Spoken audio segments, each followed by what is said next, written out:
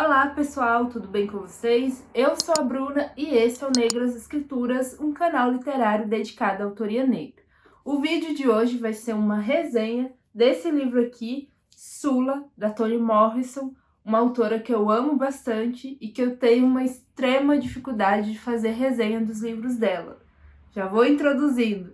Minha dificuldade. Eu amo os livros da Toni, eles despertam um sentimento difícil de explicar, porque são livros complexos.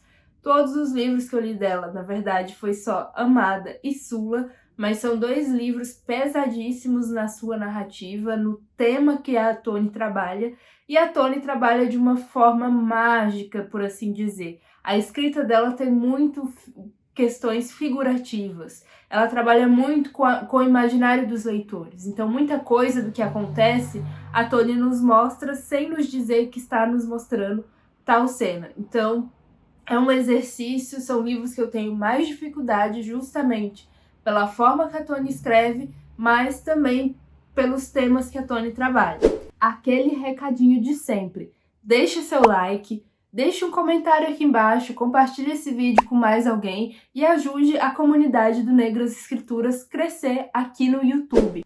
Como vocês podem ver, esse livro narra a história de duas mulheres negras. Uma é a própria Sula, a personagem principal que tem o nome do livro, e a Neil. Cada uma delas tem uma personalidade diferente, elas têm escolhas de vidas diferentes, e a Toni mostra pra gente como se dá essas relações entre as duas e a construção da comunidade em que elas estão inseridas. Para começo de conversa, a história é narrada em terceira pessoa. É um livro curto, como vocês podem ver pelo tamanho, ele é extremamente curto, mas não se engane, esse livro é extremamente pesado em todos os assuntos que ele aborda aqui dentro. O livro ele é organizado em capítulos que são mostrados pra gente em ordem cronológica.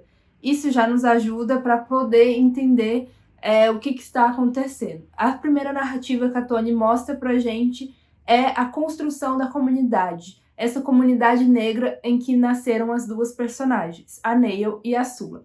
Essa comunidade é a comunidade de Fundão, uma colina que a gente pode pensar nas favelas brasileiras como um exemplo dessa imagem que a Toni mostra pra gente nesse primeiro capítulo.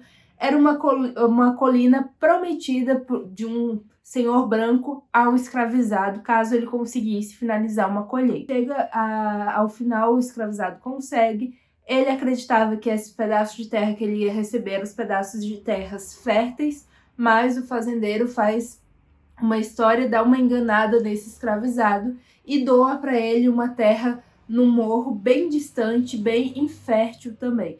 Então esse escravizado e essa comunidade que vai surgir no Fundão vão ter toda uma dificuldade de tornar a terra produtiva, de construir uma comunidade nesse lugar longe, esse lugar afastado das terras produtivas e da cidade, da outra região da cidade.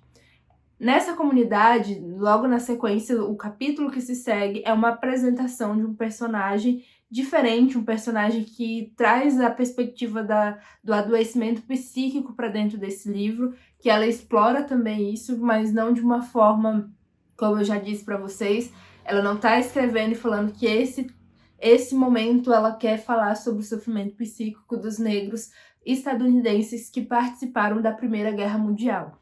Ela faz algumas digressões e um parêntese para falar desse personagem que é aceito na comunidade. Ele consegue depois ingressar na comunidade e ser um membro participativo, mas ela mostra pra gente como foi a participação dele na Primeira Guerra Mundial, como o racismo impactou nessa participação na Primeira Guerra, como ele chega com problemas físicos em decorrência da Primeira Guerra e psíquicos no hospital por falta de vaga, jogam ele em qualquer lugar, ele tá na rua lá cambaleando por problemas de saúde. O que acontece com ele? Ele acaba sendo preso. Então a gente tem essa demonstração de como o racismo atravessa a vida dos negros estadunidenses no início do século XX, já nesse personagem que tem esse adoecimento psíquico. Depois desse passo a gente vai avançando e vai chegando até o nascimento das duas personagens, que é Sula e Neil. Cada uma delas é apresentada de forma diferente.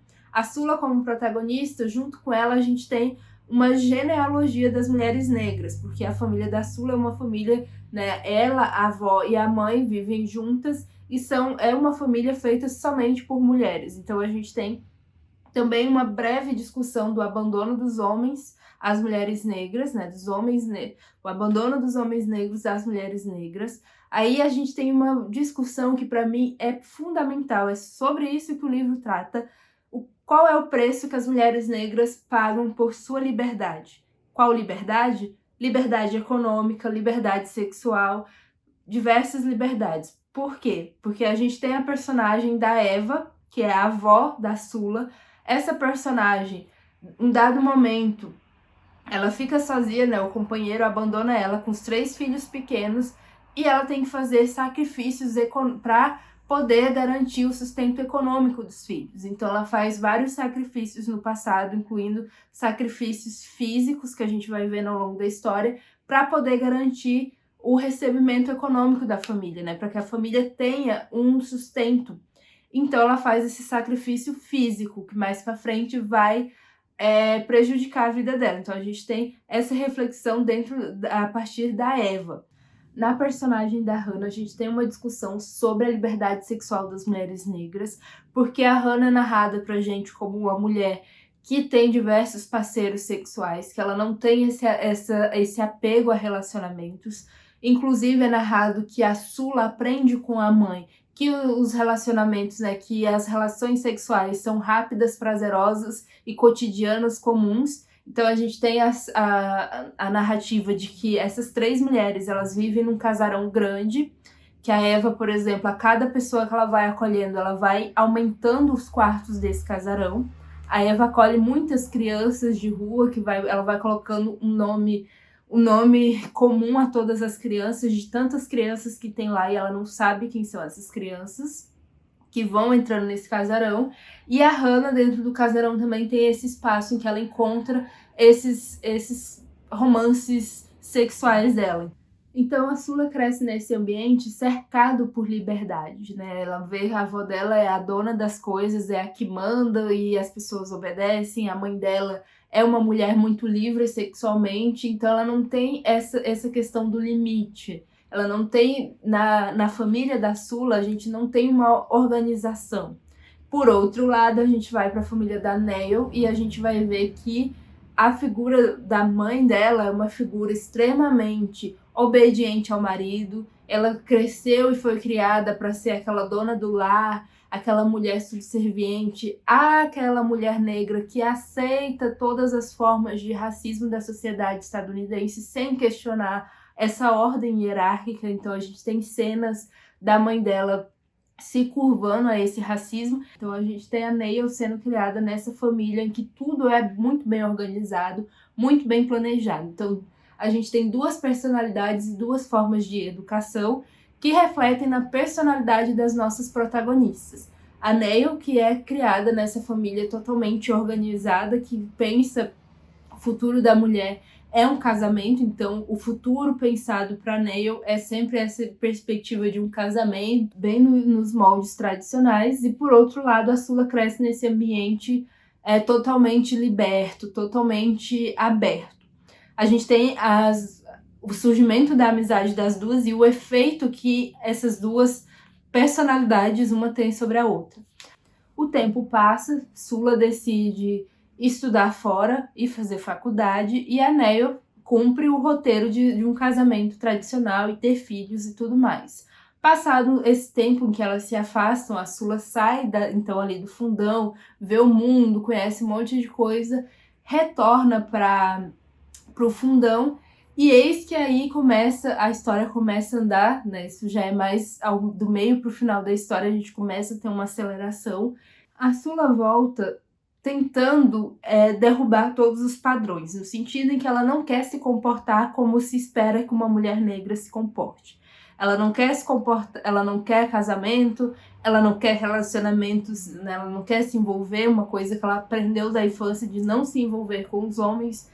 E esse é o grande ponto de crítica, né, que a narradora faz pra gente da sociedade, dessa comunidade do fundão, que não aceita uma mulher tendo atitudes pior do que os homens. Então a Sula, como ela desafia demais os homens, ela não é aceita pela sociedade do fundão, nem pelas mulheres, nem pelos homens, nem por ninguém, porque ela justamente vem para desafiar essas perspectivas de comportamento. Eu vou ler um trechinho que é uma conversa da Neil com a Sula, quando elas têm um embate mais ao final do livro, elas têm uma conversa bem sincera e a gente consegue perceber o posicionamento de cada uma das duas através dessa conversa. Deixa eu pegar aqui o trechinho para vocês. Por quê? Se eu posso fazer tudo, por que não posso ter tudo? Você não pode ter tudo. Você é mulher e, aliás, é uma mulher de cor. Não pode agir que nem um homem.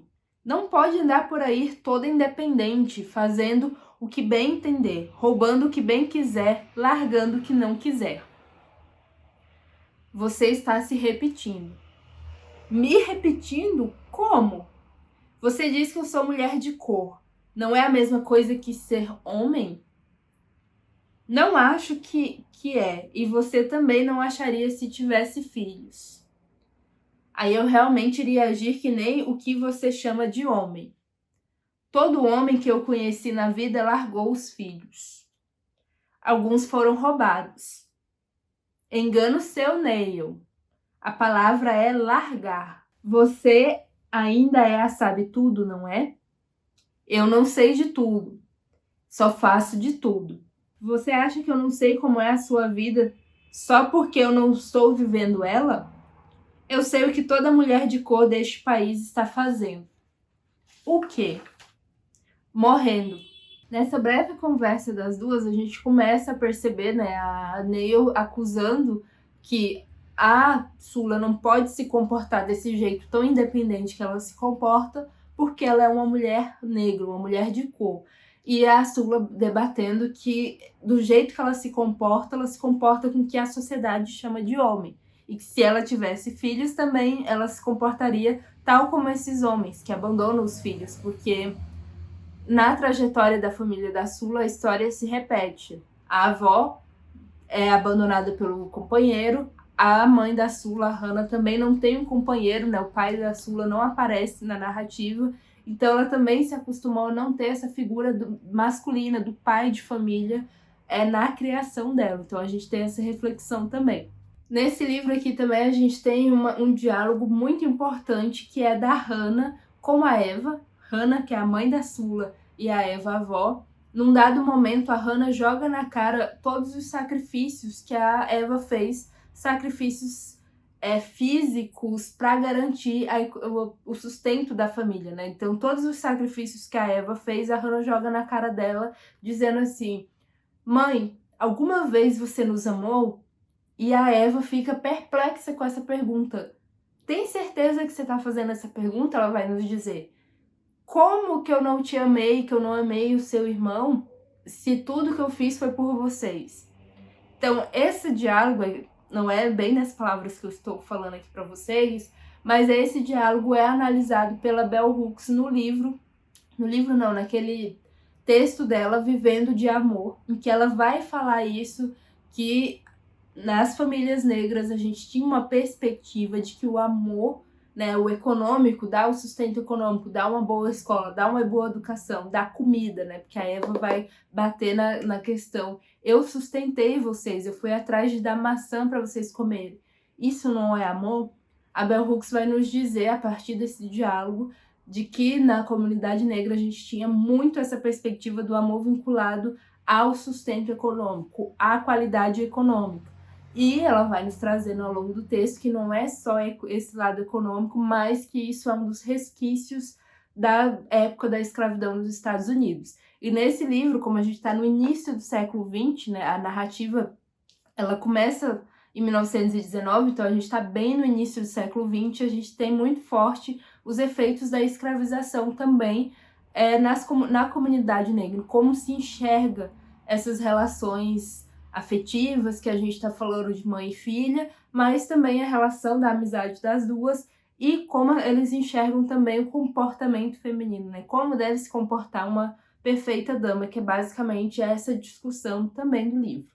Eu recomendo bastante a leitura desse livro. Eu tentei não dar spoiler aqui nessa resenha e tentar mostrar para vocês o quão maravilhoso é a experiência de leitura desse livro. Maravilhoso no sentido para quem é fã da Toni Morrison, para quem já conhece que os temas dela são um pouquinho pesados, que o livro dela não é aquele livro que a gente vai estar sorrindo o tempo inteiro, a gente vai estar refletindo sobre questões sociais. E eu gosto muito desse livro também, que eu postei lá no Instagram, no @negrasescrituras. Se você não me segue, segue por lá. Eu gosto muito pelo prefácio que a Toni escreve nesse livro. Eu não sei dizer, mas eu acho que tá na edição ali também, deve ter o mesmo prefácio, em que a Toni vai nos falar sobre os efeitos da publicação do Olho Mais Azul, o outro livro dela, em que o Olho Mais Azul foi extremamente criticado, né? Toda a crítica escreveu justamente que o livro era político demais. Resumindo, a crítica focou no lado político do livro e não na estética. Então a Toni vai escrever esse prefácio falando que a escrita dela é uma escrita que foca no político sem deixar de ser estética, sem deixar de ser poética. E que a Sula, ela quis fazer essa brincadeira com as palavras, ela quis trazer toda a beleza da literatura sem deixar de ver as questões políticas. Então esse prefácio, a Toni já anuncia pra gente o jeito que ela escreve, por que ela escreve dessa forma. E o que nos aguarda nesse livro que é tão maravilhoso, a construção dele. Então por isso esse é um dos meus preferidos da Toni. Só li 2 livros e os 2 têm um lugar especial, mas esse aqui, por causa do prefácio, eu gosto bastante.